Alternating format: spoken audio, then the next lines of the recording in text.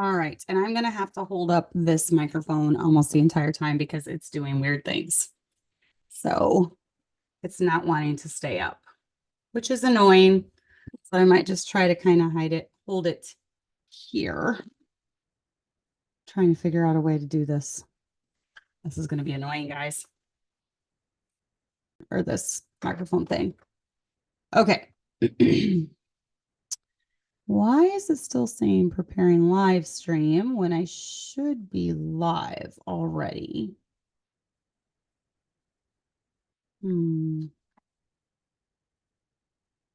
Check something real quickly. Hey, Chanello. All right, it's working.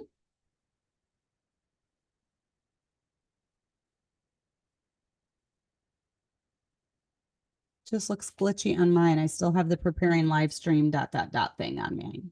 Okay. Oh, okay. Hopefully that works. All right, ladies. So today we are going to be talking about raising babies and toddlers. And we would have done it last week, but I said life came up, but the actuality of it was that I woke up throwing up. So I was in no shape to do Gently Little Sisters. I spent all day in bed. So yeah. And then I had stomach issues all last week. I have traced it back to the seafood burrito I ate at Mexican, because literally no one that I know has a stomach bug, and no one from our church got anything. No one from our home got anything. So, and I was the only one who ate a seafood burrito at the Mexican restaurant on Saturday night. I started not feeling well by Sunday afternoon. And then I was nauseous all night. And then, yeah, that's when it hit. But I literally dealt with stomach issues for a week. So that was fun. If anyone knows if food poisoning can last for a week, let me know, because that was the strangest, weirdest thing I've ever had in my life. And it lasted the longest out of anything I've ever had. So I don't know what was going on. And we did have a pastor's wife retreat last week.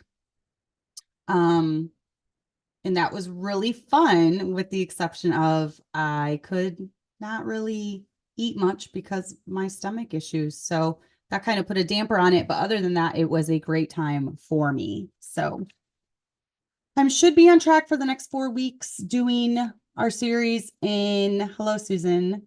Hello, Ashley. Hello, Kaylin. So thanks for joining, ladies. I should be on track for the next 4 weeks. All of March is going to be raising kids of different stages. This week we are on babies and toddlers. Next week I will do middle schoolers and early teens. And then the week after I will do teenagers. So I do have a few successes under my belt.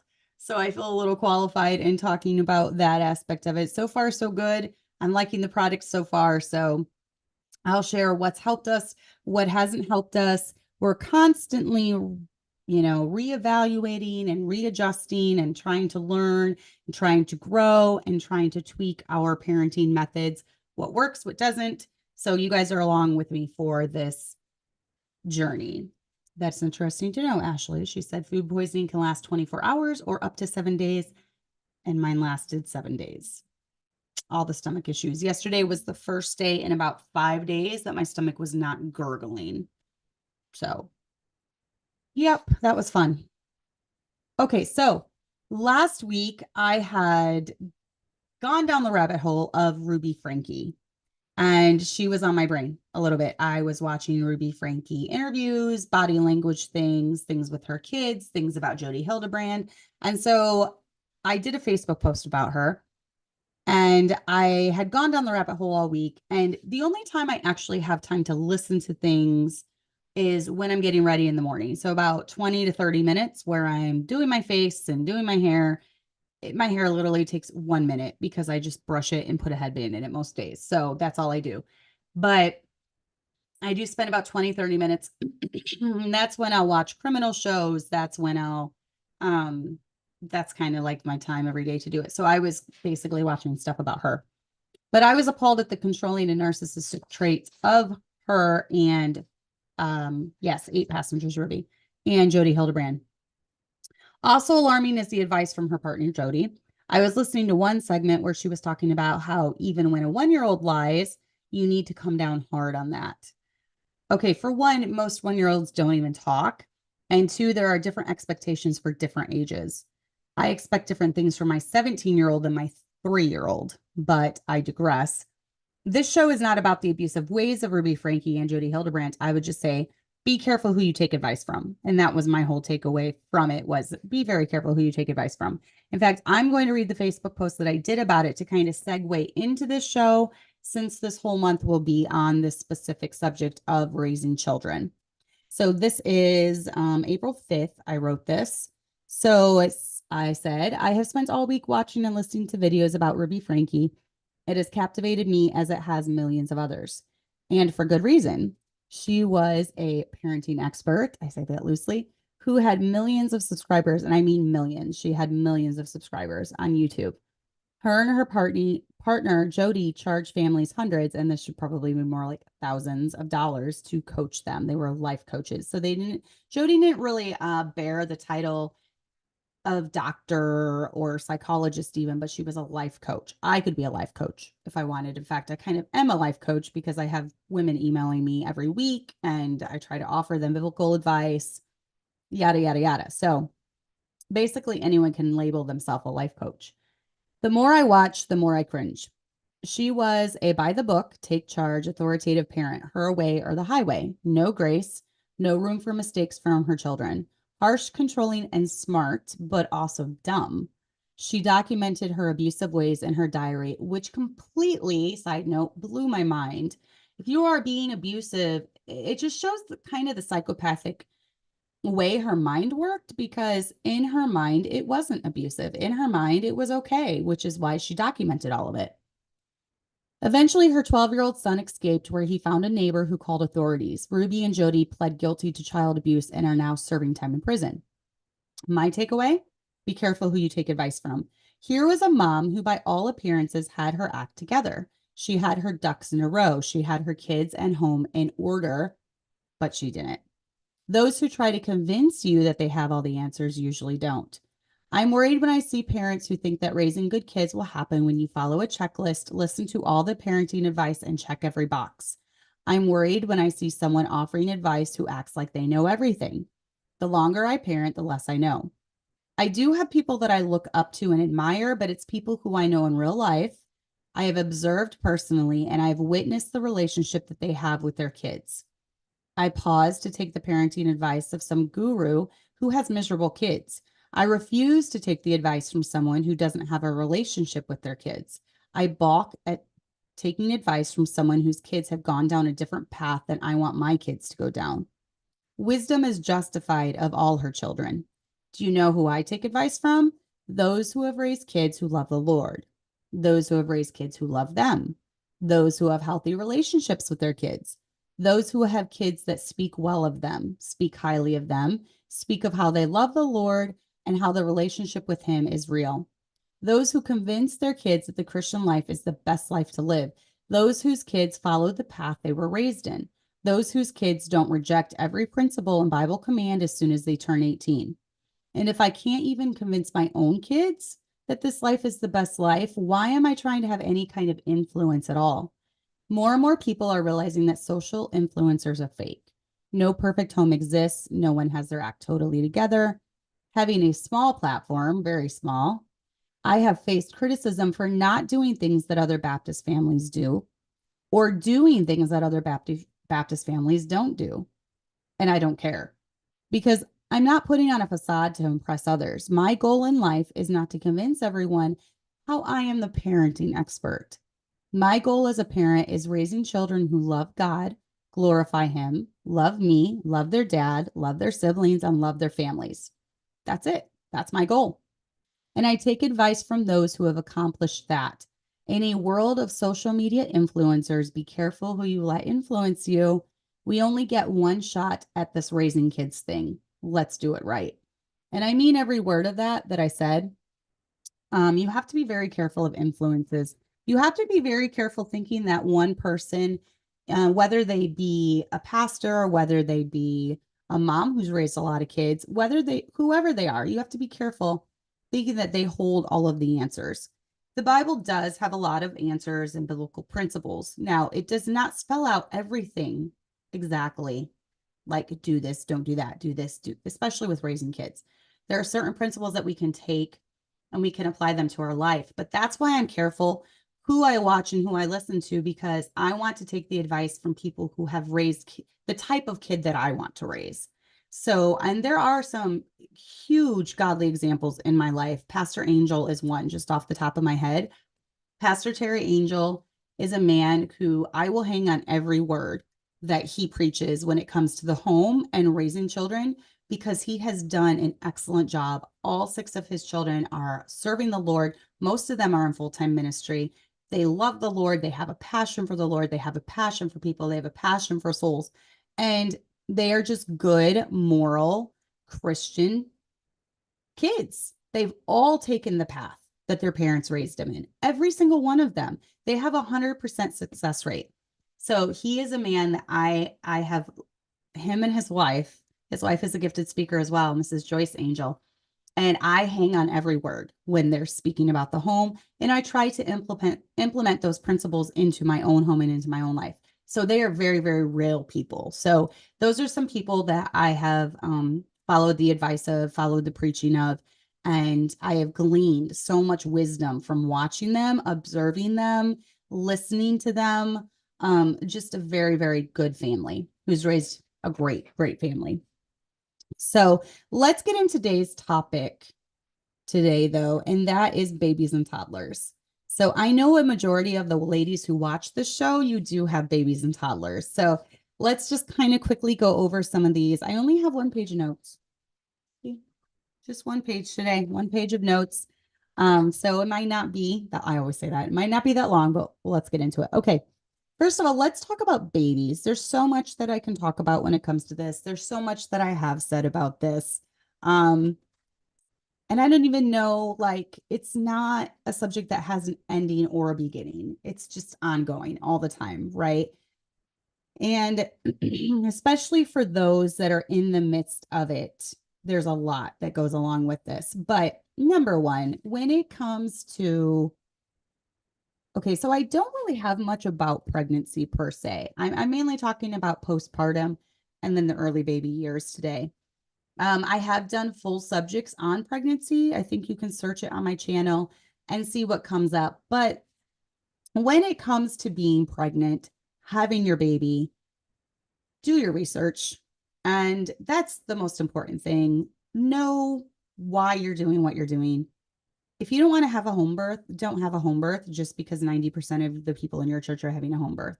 This should be your choice. This should be what you're comfortable with. I've made it known my husband and I have never been comfortable with home births. I think I possibly could have done a home birth, but my husband was not okay with it. So he is the boss when it comes to decisions like this. It's his baby too. I'm his wife. And he never really fully felt comfortable with having a home birth. So we've never done one. I've had a couple instances where the delivery and labor was a little scary. When I had Abby, she came out breech. And that would have been a little scarier doing that at home. So thankfully, I had an old midwife and doctor at that time. The doctor's name was Dr. Farley. He was super old. He was like 80 some years old or something. And his midwife was normally the one that I saw, Mary Bradish, and she was amazing. She delivered thousands and thousands of babies in the Sauk Valley area. She always delivered them in the hospital for the most part, but he was well-versed in breech births. And so they called him in right when it was apparent that Abby was coming out breech and there was nothing they could do to stop it. And it went very smoothly. And I was there in the hospital where a surgery would have been accessible, where recitation would have been accessible. Anything like that would have been accessible. So I've had a couple scary times. Everyone knows Hannah was breech. They did an external version. They managed to flip her, but that was done under close supervision of a sonogram and monitors and IVs and medicine available if needed. And that went very smooth too. We were able to flip her, and then I was able to have her completely natural in the hospital. I've had extremely, extremely good hospital births. There's always a horror story out there. And I could have my friend Amanda on to talk about her horror hospital births. There's always a horror story out there. I am told often that I'm incredibly blessed to have had the births that I've had, and I agree, I am. And I've never run into problems such as them giving me problems about no jabs. They have always, I've done a birth plan, especially my last two at this hospital in Dixon here. I had a written birth plan and they followed it to a T. I told them on the birth plan, don't even ask me if I want an epidural. I will tell you if I want an epidural, but don't ask. Never did. I said, I'm not doing jabs. Didn't bother me about it. So I've had incredibly good hospital births. So definitely know who your doctor is, know that you have rights, and know you can stand for yourself. You can stand up for yourself and for your baby. But if you're more comfortable with a home birth, don't let someone talk you into a hospital birth. You know, it goes both ways. So for me and my family, we've always been on our own island doing our own thing. We don't really go along with any group. We form our own convictions and our own beliefs, and then we do those. So that's what I would say about pregnancy. You know, take care of yourself. Know which vitamins are good, know which vitamins aren't, eat healthy. My last two, I had gestational diabetes, so I had to eat very healthy. You can refuse certain tests. I've always refused the tests where they check for genetic abnormalities. If you have children with genetic abnormalities or you're high on the spectrum to have children with genetic abnormalities, maybe that's something you want to know ahead of time. You know, so maybe you wouldn't want to refuse that. But for me, it never made a difference. If the 20-week ultrasound was always enough for me to tell if there was going to be any issues, and it never detected anything concerning. So, no matter what the baby was going through, or no matter what outcome or diagnosis we would have been giving, the end result would have been the same. I don't believe in termination at all. So I would have carried full term or until the baby was born. So genetic testing never really mattered to me, I guess. So we always refused that test. But there are tests you can refuse. There's jabs you can refuse. You don't have to go along with everything that they tell you to do. So let's talk about postpartum though. Please take it easy after postpartum. That's to younger moms. I just want to say, please, I beg of you, you don't need to be in church the service after you give birth. Your body has gone through a major, major, major event. You had a plate-sized placenta detach. That is a plate-sized wound on your uterus. And I have heard stories of women who have overdone it and their uterus ends up falling out. So please, I beg of you, do not get into things too early. Take it easy. You don't need to be back at church. You know, the Wednesday after you give birth on a Monday and you're back to Wednesday. I would give it a few weeks, and it depends on how you feel. Now, after Hannah, she was my easiest physically, not mentally. She was my easiest physically. I needed to be around people a couple weeks after giving birth to her, and I had the easiest time with her. So that was, you know, totally fine. And I didn't rush it, but I needed to be around people for my sanity's sake. So I was around church a little bit earlier. And then say with Kelly, I waited a little bit longer. So each pregnancy is different. Each recovery is going to be different. But please ease your way into it. Don't get into things too quickly. Remember that it's your baby and your pregnancy. So don't let people talk you into things that make you uncomfortable. That could be co-sleeping, for or against. That could be nursing or bottle feeding, for or against. You're the baby's mom. You will make the best decisions for that baby. Yes, you can ask advice, but don't do things just because everyone in your church is doing it or everyone in your church isn't doing it. And don't feel guilty if you do things differently. You know, it's not a cult. Church is not a cult. You shouldn't have to do everything exactly like every other family. I want to throw this in there. Nursing doesn't always prevent pregnancy. There's a teaching going around. I've heard it from the quiver foam movement. I've heard it from different preachers. There's this teaching that goes around that if you nurse, you don't use pacifiers, you co-sleep, you nurse on demand, that it will always prevent ovulation. That is not true. I am living proof of that. That is not true. I've had several babies where I have not used the pacifier, where I have co-slept, where I have nursed on demand. Literally, the baby's eating like every hour on the hour, sometimes all hour, sometimes for 3 hours straight. And it did not delay. Now, for some of them, it did. It's different with each baby. With some babies, I went a full year and had no cycle. With some babies, my cycle started at 3 months. And I did the same thing with all of them. So just know that nursing doesn't always prevent pregnancy. And if you're only nursing to prevent pregnancy, I wouldn't use that as a surefire method. So, yeah, just throwing that out there. Listen to your gut when it comes to your baby. So that means sickness. I do know that any baby younger than 3 months old that develops a fever, that is a red flag, and I would get that checked out by my pediatrician. We have a great pediatrician here. I fully trust him, and I would take my baby in because that is concerning. Babies usually have immunities for the first few months from their mom, and they don't usually ever run fevers. And sometimes when they run a fever, that could be a sign of an underlying condition that you need to get checked out. So definitely listen to your gut when it comes to your baby, whether that's sleeping with them or not sleeping with them, whether that's nursing or not, whether that's attachment parenting, which means, wearing them, being with them all the time, which I'm a big advocate for, but it's not for everyone. And that's fine if it's not your thing. I've done what works for me and I've ditched the rest and not cared what people thought. So babies are not out to get you. And I think we need to readjust our mindset when it comes to this. It's not like we have evil babies and like innocent babies or spiritual babies, right?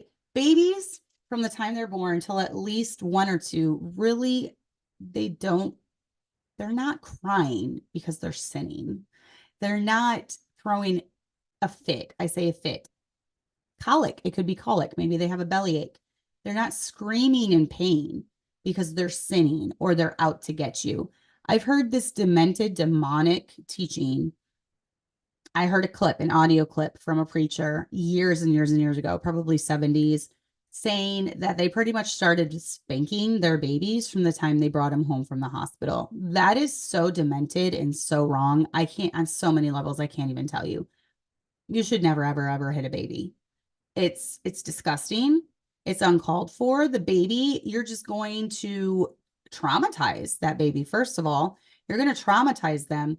Babies, they are in their postpartum stage. They are the first 9 months, they are adjusting to the world, right? So they had 9 months in. You need to give them 9 months to a year to really adjust to things. So they need to be near you. They need their mom more than anything. You are their comfort. Babies don't nurse because they're just trying to ruin your life and trying to not let you have fun. They don't have these like evil agendas where they're out to get you. Babies need love. Babies need nurture. They need sustenance. That's all they need for the first year or two is they need that. And they need to see you. They need to look at you. They need to have you talk to them. They need to see you smile. It sets so many things in motion with their brain. And when babies are deprived of that, it literally makes them mentally retarded. I have been fascinated by studies in the past, the still face experiment for one, but experiments, horrible, horrible experiments back when they were allowed to get away with this, I guess, where they would literally put a baby in a crib and take care of its basic needs. They would give them a bottle. They wouldn't hold them. They wouldn't talk to them. They wouldn't touch them. They would change their nappies and they would give them a bottle. No human contact, no human affection. And the baby would literally become mentally retarded. Babies need stimulation of the brain. They need their mothers. They need love. They don't need to be swatted. And if you are someone who swats a baby, you have mental problems and you're a psychopath. That's all I have to say about that. It takes a full year to recover and bounce back for you physically and for your baby to adjust to outside life. The first year is pretty rough on mama and baby. It's going to take a lot out of you.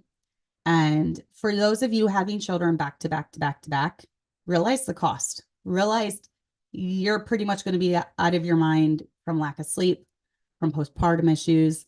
You're going to need a lot of love and support from your husband. You're going to need a lot of love and support from your church. Get you a like-minded community of women who can rally around you when you're going through some hard times. And don't keep it all to yourself, please. If you are having problems, reach out to someone.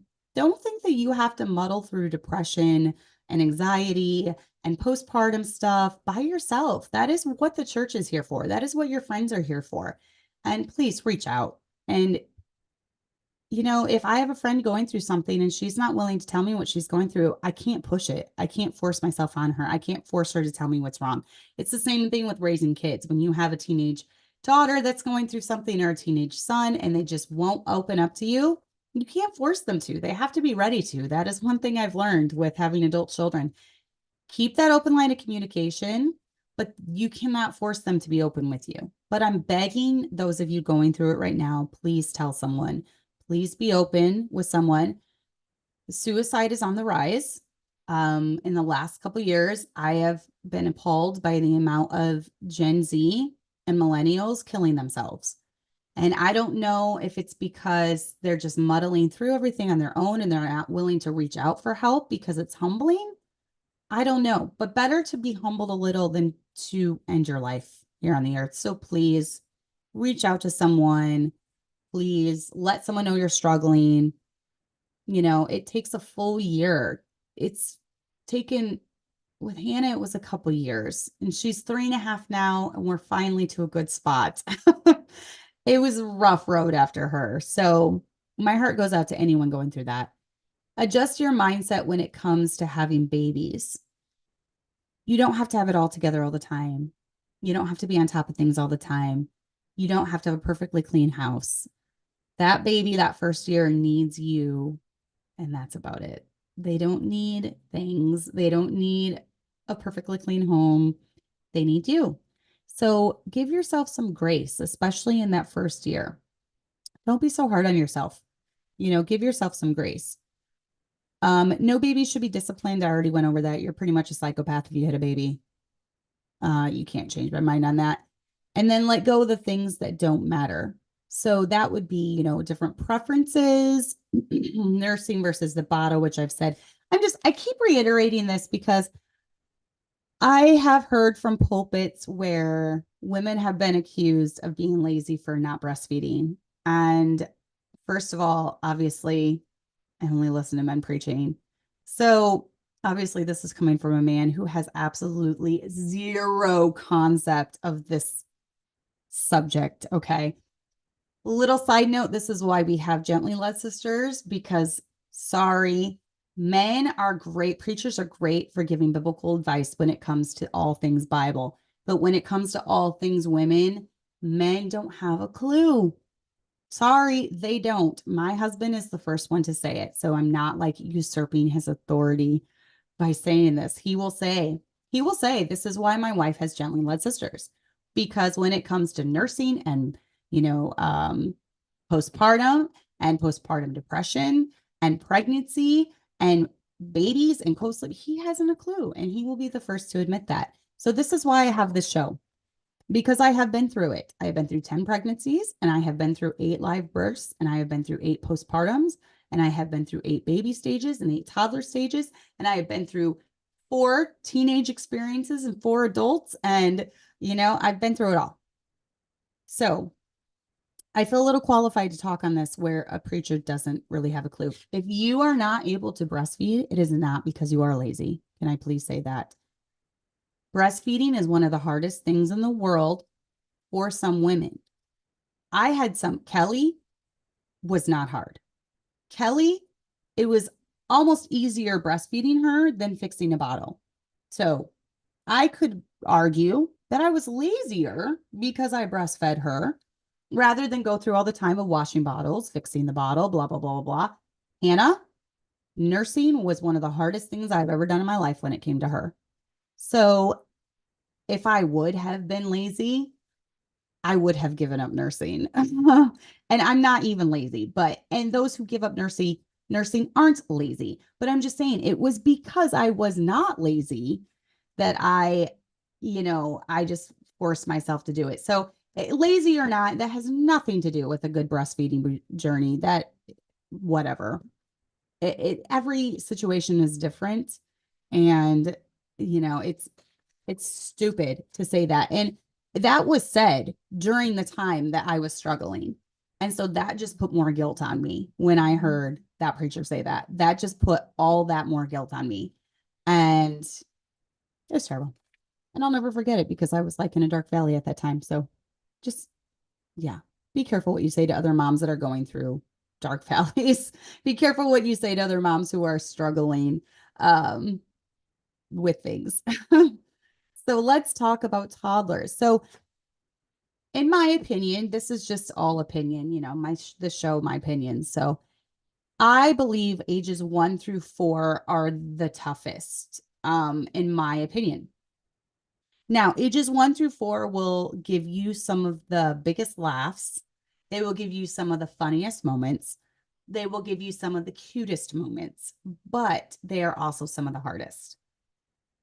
And I believe it's because fits usually peak around 2 to 3, and then they start tapering off around 3.5 to 4. By age 5, there still are occasional fits, but overall, my kids have understood we don't do this, we do this. This has consequences, et cetera, et cetera. So definitely have age appropriate expectations.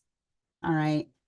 So as Jody Hildebrand said, come down hard on a 1-year-old who lies. First of all, I don't even know if a 1-year-old is capable of lying. And I've heard some preachers say that if a baby cries and you think it's just because they have a wet diaper, but they don't have a wet diaper, they were lying to you because they were crying. How about babies and 1-year-olds and 2-year-olds and 3-year-olds? They need their moms. Maybe they cried because they wanted you, because they were deficient in that emotional connection at that time and they were crying out for it. So that advice is just ridiculous. A baby crying, he's not out to lie or to deceive you. And so to say that a 1-year-old lies to you, 1-year-olds are not, they're not mentally capable of like being deceptive. You know what I mean? So I don't even agree with that. But have age appropriate expectations. I expect more out of my 10-year-old than I do my 5-year-old. And I expect more out of my 5-year-old than I do my 3-year-old. And that's just how it goes.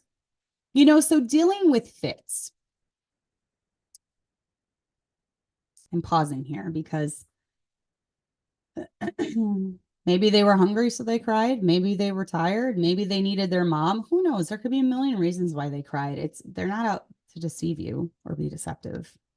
It's just ridiculous. Dealing with fits. So remember that most children before age 3, first of all, their mind is not to a point where they're able to understand the concept of patience and having patience. They're not, a lot of times they cannot be reasoned with. There are times when you need to come down on things such as disobedience, 2-3 years old, when you've given them a specific thing, like they cannot run out in the road. That needs to be dealt with. They try running out in the road. You need to deal with that. They need to listen to you when it comes to certain things. I know Wilma first gave me she was giving a devotional at our pastor's wife thing, and I really liked what she said. She said she told young parents just a simple thing when first starting out raising kids: make them eat their food. And that seems so simple, but yet you're establishing guidelines. I am the parent, what I say goes, and it's just a simple thing like you need to eat your food. And a lot of times kids will try to push you. 2-3-year-olds will push to see how far they can go. And if you have some unwavering rules in your home, they're going to learn that, no, I need to listen to mom and dad. I need to do this. I need to do that. For fits, deal with fits, especially in church, off in a room by yourself. Take them away from the situation. Try to diffuse the situation. Discipline them when needed, but it doesn't need to be a big show. We've often been asked how we discipline our children, and this is not something that I'm publicly going to talk about, nor will most people ever see it happen, because I believe that discipline is a very, very private matter. So most discipline, 99% of the discipline, should happen in the home. Now, public places, the church, that kind of, it does show what's been going on in the home. But I want to put a disclaimer out there too, because a church schedule and a public schedule is going to be different than the schedule at home. I've noticed with some of my kids, they throw less fits at home. Hannah, for example. It's very easygoing lately with Hannah. The last month, she's really turned a corner as far as fits. And we very rarely deal with a fit at home. That's just it. But when she gets out of her element, when there's new situations, when she's overstimulated, she's very sensitive to hot or cold situations. So if the van is very hot, or she's very hot and flushed and red and sweating, or if something happens at church and there's a lot of kids and she's very overstimulated, she tends to have fits then. So maybe she just needs to be removed. I've taken her on car rides before because I just need to diffuse the situation. I realize not everything is going to be because she's out to get me, or she's out to embarrass me, or she's out to humiliate me as a mom and show, look, Cassandra McMurtry's methods don't work. I'm going to show that she's this horrible mom. Kids don't have that in the back of their mind. Sometimes they're just overstimulated. So for Hannah, I've had to come up with different things. For Kelly, I had to come up with different things to diffuse the situation. Kelly, I had to come up with like this breathing thing that we would do together. With Hannah, does not work. Completely different personalities, does not work. So find what works for each kid. With some of my kids, I've just had to hold them and comfort them until the storm passed, and it's just not always, just this situation where they're out to get you, or whatever. So you got to find different ways to deal with fits. You're not a horrible parent when your child throws a fit. Kids throw fits. Kids are going to humiliate us. Kids are going to embarrass us our entire lives. That's just get over it. Just get over yourself and just know that you're going to be humbled as a parent. That's really all there is to it. You're going to be humbled at times. And that's why it's best where we just acknowledge that our kids are fallen human beings, just like we are. We're not perfect, and neither are they. In fact, them less so, because they've had less time on this earth to figure things out. And I feel like parents they expect their 2-year-old to be like a 20-year-old. And they expect their 5-year-old to act like a 15-year-old, and it's ridiculous. So have age appropriate expectations, please. Church time training. How do I do church time training? Once again, Hannah has finally just turned a corner. The last few weeks have been great with her in church. We have not had to take her out to deal with anything she's learned. She's finally understood the concept, and it's been different times for each of my kids. One thing I would do when I had a lot of little kids, and this is from me personally, I've always been by myself with my kids. It's fallen on me because my husband's been in full-time ministry since the time we were married. So because of that, all of the church time training has fallen on me. I've had to learn to have my ducks in a row, so to speak, if I wanted to enjoy the service, if I wanted to enjoy the sermon. So, with my little kids, I would play church at home. I would set up chairs. I would put on a sermon. I would give them their little Bibles. We would do the song service. I would kind of instruct at home. And then they pretty much knew when we got to church that that's how the order of things went. With my younger kids, I've been a little bit more lenient. We have a family integrated church, and the expectations are not as high for like a completely quiet sanctuary.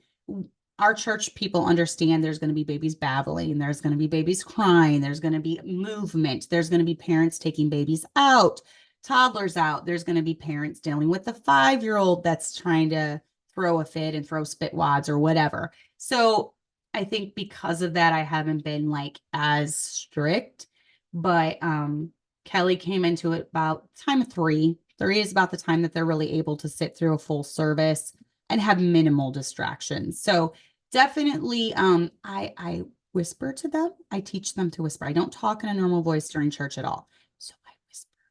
I say, we talk in a voice like this, because kids are mimickers. They're going to mimic what you're doing. So you mimic the behavior that you want them to do, and they pick up on it. So potty training. How do I potty train my kids? So basically, and this has worked for 100% of them. I should write a potty training book, but it would basically be so short. because this is what I do. I put underwear on them. I get the potty chair. I put on Bluey or something. I give them a juice box. I sit right by them. I devote an entire week to this.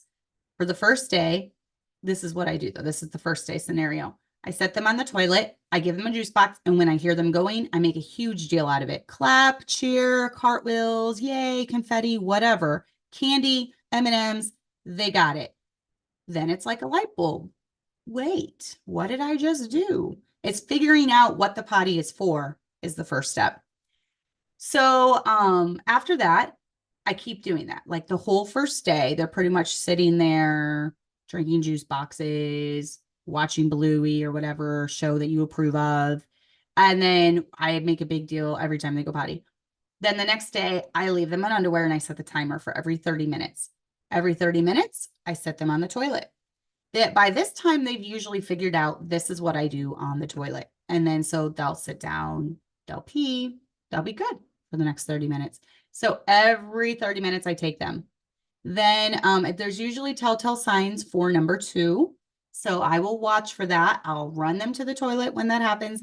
And usually within 7 days, 5 to 7 days, they're fully potty trained. That's how I do it. It's worked with everyone. But you will have to devote pretty much a week. You'll have to let the house go. You'll have to ignore the kids, the other kids. Not ignore, but you know what I mean. You have to focus all your attention on the one being potty trained. So that's pretty much how I potty train. When it comes to 1 to 4-year-olds and the toddlers, they are going to say the cutest things in the world at this stage. Laugh at them, write them down. It is hilarious. And it's hilarious hearing what they come up with. So 2 weeks ago, we were in church and Hannah was sitting on my lap, and this is one of her good days. She had finally clicked, like, this is how I act in church. And she looked at me and she's like, I want to go see Juju. Juju is her little friend. She saw her across the way. And I said, no, you're not going to go see Juju. I said, we'll talk about it later. And she said, that is not a good idea. And I said, that is a great idea. You're not going to go sit by Juju. And she said, fine, okay. And she says, okay, like okay. And it's the cutest thing. But she just said, fine, okay. And she gave in to mom, and that's kind of how it's been lately. She'll say, fine, okay. And she'll listen to what mom says. 3 weeks prior, it would have been, I want to see Juju in the middle of church. And I would have to take her out, explain why we don't do that, deal with it, come back in. And then it might have started all over again because that was the way things were going. You're going to go through seasons like that, but then you're going to go through seasons where the things they say are just so cute and so hilarious, and just roll with it, laugh at it. She was telling us about, I don't know where this came from last night. I think she had a dream. She was telling us about a girl, the really pretty girl that visited church, and the police got her. So I don't know what that was about, but I don't know where they come up with these things, but it's hilarious. The things that they say are absolutely hilarious. So kiss them, laugh with them, have fun with them, cuddle with them, because I am finding that it is going so fast. And just because it goes fast, though, doesn't mean it's not hard.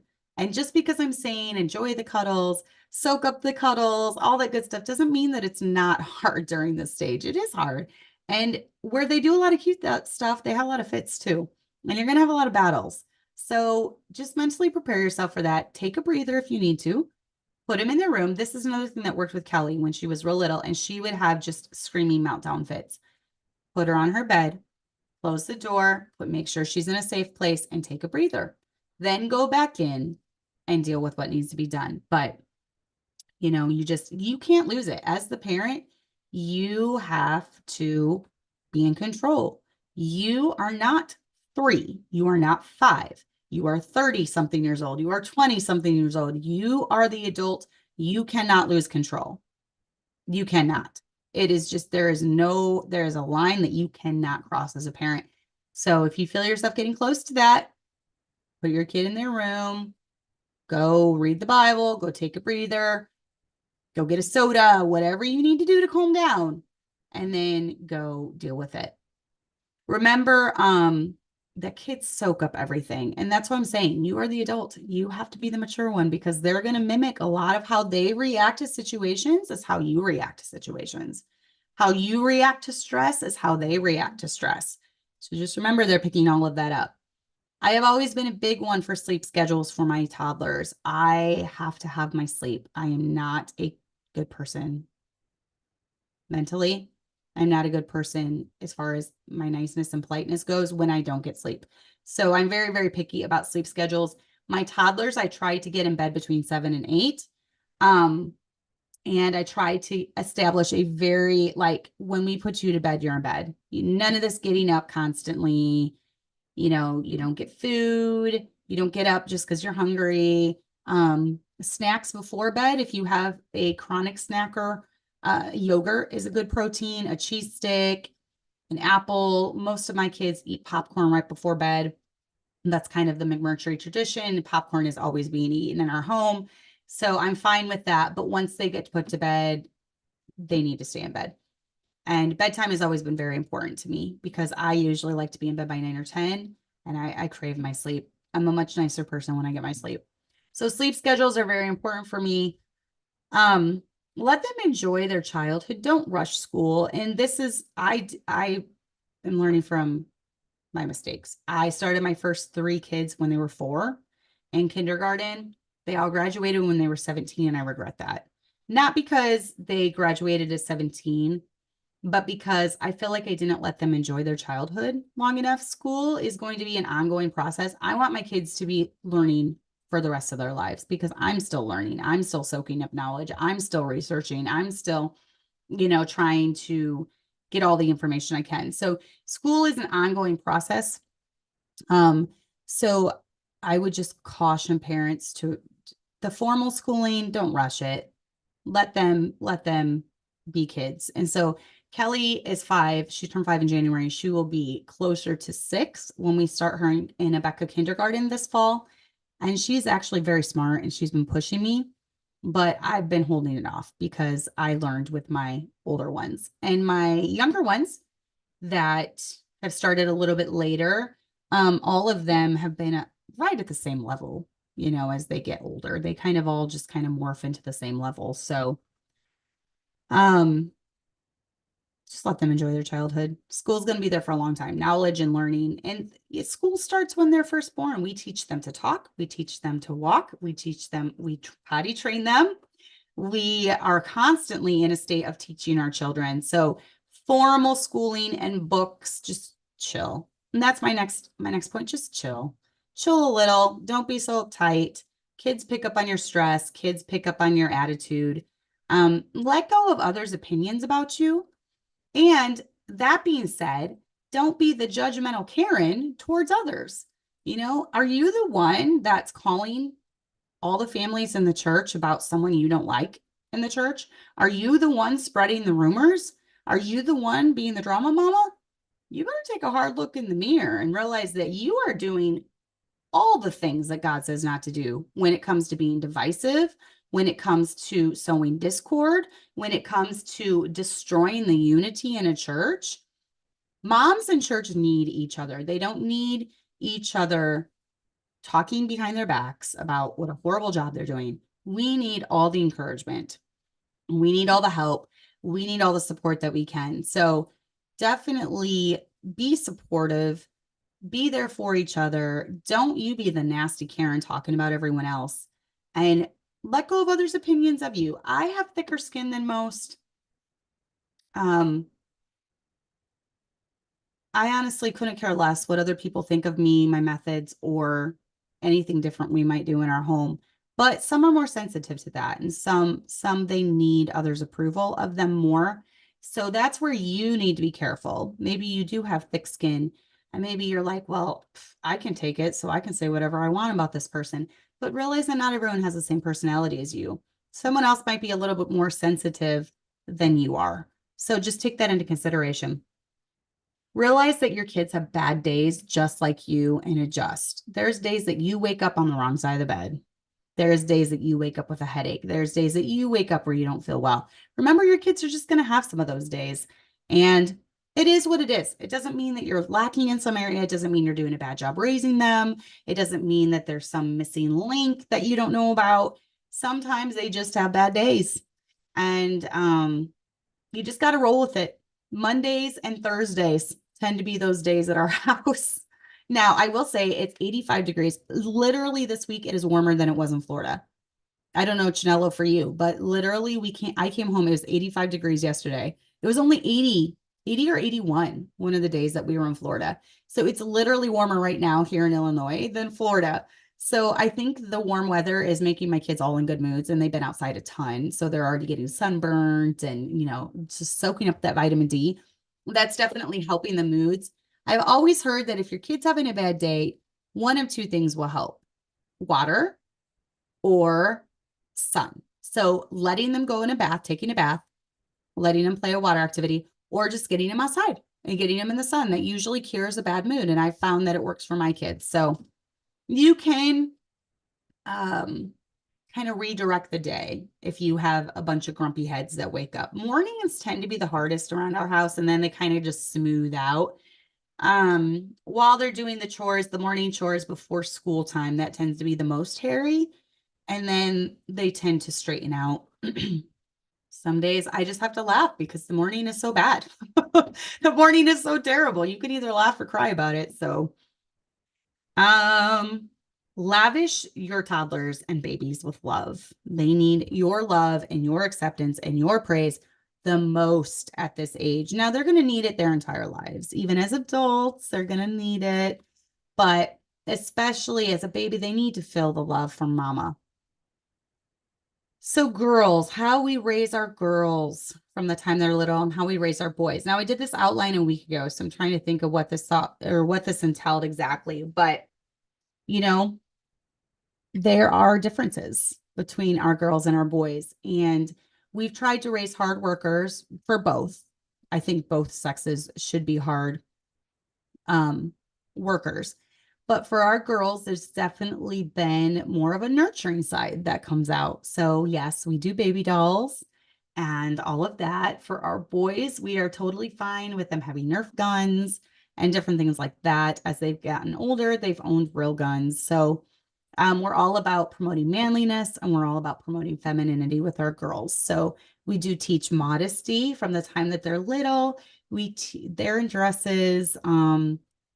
We teach them how to sit like a lady. We teach them, oh, this is another cute thing that Hannah told me. And I guess this came from Kelly. So your babies and toddlers are going to pick up things from their older siblings.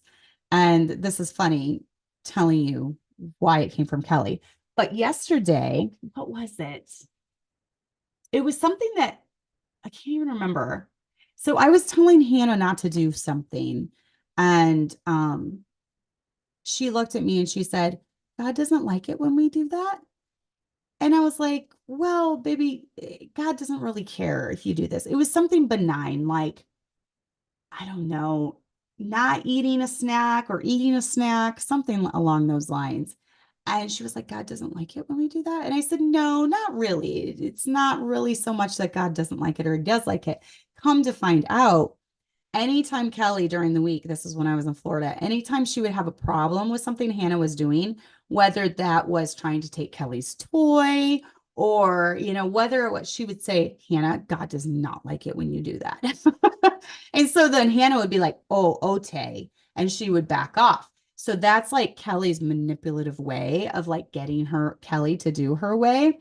But now Hannah asks, God doesn't like that, or God does like it when we do that. She'll ask that about everything. And it's just really cute that God is in her mind. I also do this thing with my kids from the time that they're little. I'll say, Hannah, who gave you to mommy? Who put you in mommy's belly?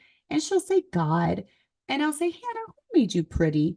And she'll say, God. And I'll say, Hannah, who loves you so much? And she'll say, God. So I want to get it in their mind that God created them. God loves them. God made them who they are. And I will have this conversation. I had a conversation with my almost 14-year-old yesterday in the car about how she's beautiful and God made her talented. But at the same time, this certain child has a high dose of self-confidence. And I told her, don't ever let your self-confidence turn into arrogance. And you know when your self-confidence turns into arrogance when you think you're better than people. When you think you're better than people, that's taking it too far. Because God did give you unique gifts and unique personality, but that doesn't mean that you're better than everyone else. So, there's little instructional things that you can do as you go through life. But I'm just saying, they say really, really cute things at this age and they pick up on everything. So, but yeah, with our girls, we definitely stress femininity, modesty from the time that they're little. And with all of my girls that are now into adulthood and into the upper teen years, I've never struggled with rebellion when it comes to clothing. We've never had clothing fights in our home. We've never said, Abigail, you cannot wear that. Chloe, that's too tight, that's too short. It's just, they know the guidelines, they've accepted them for themselves, and they just do it. We don't deal with rebellion. We don't deal with, I hate the way I have to dress, and, different things like that. They've pretty much chosen to go down that route. And it's because from the time they were little, we didn't say, do this because I tell you to do this. We say, this is the way that God wants us to live. And this is the commandments that God gives us in the Bible. And this is what God has to say about it. So it all goes back to my kids having a personal relationship with the Lord and wanting to please him and wanting to please their parents as well, rather than them just trying to sneak around every rule that we have and trying to break every rule that we have. And, they're only doing it because they're being forced to do it, and they have to. So that has nothing really to do with it. But and then the boys, we definitely promote hardworking, being a man. From the time that they were 12, they worked jobs. And we'll talk more about that as we get into the teenage talk in a couple weeks. But the most important thing when it comes to Chanela, you're funny. Chanela said, only femininity and masculinity? Are you trying to tell me there are only two genders? And she's like, I'm being sarcastic for the record. Yeah, only two genders. That's what the show promotes and believes. So, but the most important thing with babies and toddlers is love and acceptance. Lavishing them with love, letting them know they're accepted, having a peaceful home, letting them flourish, and building a solid foundation when that comes to the relationship with their father, when that comes to your relationship with God and your relationship with the church. Toddlers and babies pick up on fighting. It's not good to raise them in a household where there's screaming matches and kung fu fighting going on, kicking holes in the wall and kicking down, end tables. And that's not a good environment to raise your kids in. So please try to keep that away from them. Try to raise them in a home where they feel safe and they feel love and they feel acceptance. So that is some of the more important points when it comes to raising babies and toddlers. It is one of the toughest ages, in my opinion, but it is one of the most precious as well, because you'll never get those baby cuddles back. And you'll never get those toddler hugs back. And you'll never get those cute little sticky toddler kisses back. And my toddlers and my 5-year-old and 3-year-old absolutely adore me.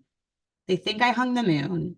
They think I can do no wrong. I am their favorite person in the entire universe. And then they hit about 10, and that kind of all goes away. They realize I am just a sinner like them. I have faults. I do annoying things. And I'm not the most cool person on the planet anymore. So enjoy it when they're toddlers and you are their whole world, because you'll never get that back. That age goes by quickly. So anyways, I hope that was a help. If you have any comments or questions, leave it down below. Like, subscribe, share, all that good stuff. There's a good number watching right now. Go ahead and thumbs up it. I'm sure some of my haters are watching too. They won't thumbs up it, but that's okay. I hope you all have a great week. Next week, we will talk about the middle school years and then early teens. The week after will be teens and kind of the way we do things with our teenagers. I can talk about some dating things in there that's worked with our kids. It's working really well. different things. If you have any topic suggestions or you have any questions pertaining to those two subjects, middle school, early teens, or teens, please leave them in the comments and I will definitely try to cover them. So I might throw that question out there to the Gently Led Sisters group as well. What would you like covered? What are some specific questions that you have when it comes to these ages? So I hope you all have a great week. And I like what Chanello said. She said, never try to control the way others see you, because the only thing that truly matters is at the end of the day is what you genuinely see yourself. And ultimately, and this is the thing that matters the most, what God sees in you. So God knows your heart. God knows why you have the rules in your home that you do. Are you trying to impress others? Or are you really trying to raise kids that believe this for themselves and are going to continue on in this life? Do you want to raise kids to glorify God? Or do you want to raise kids to make you look good? What is it? So at the end of the day, God sees all and he knows the heart of the matter. So with that, I will let you all go. And I hope you ladies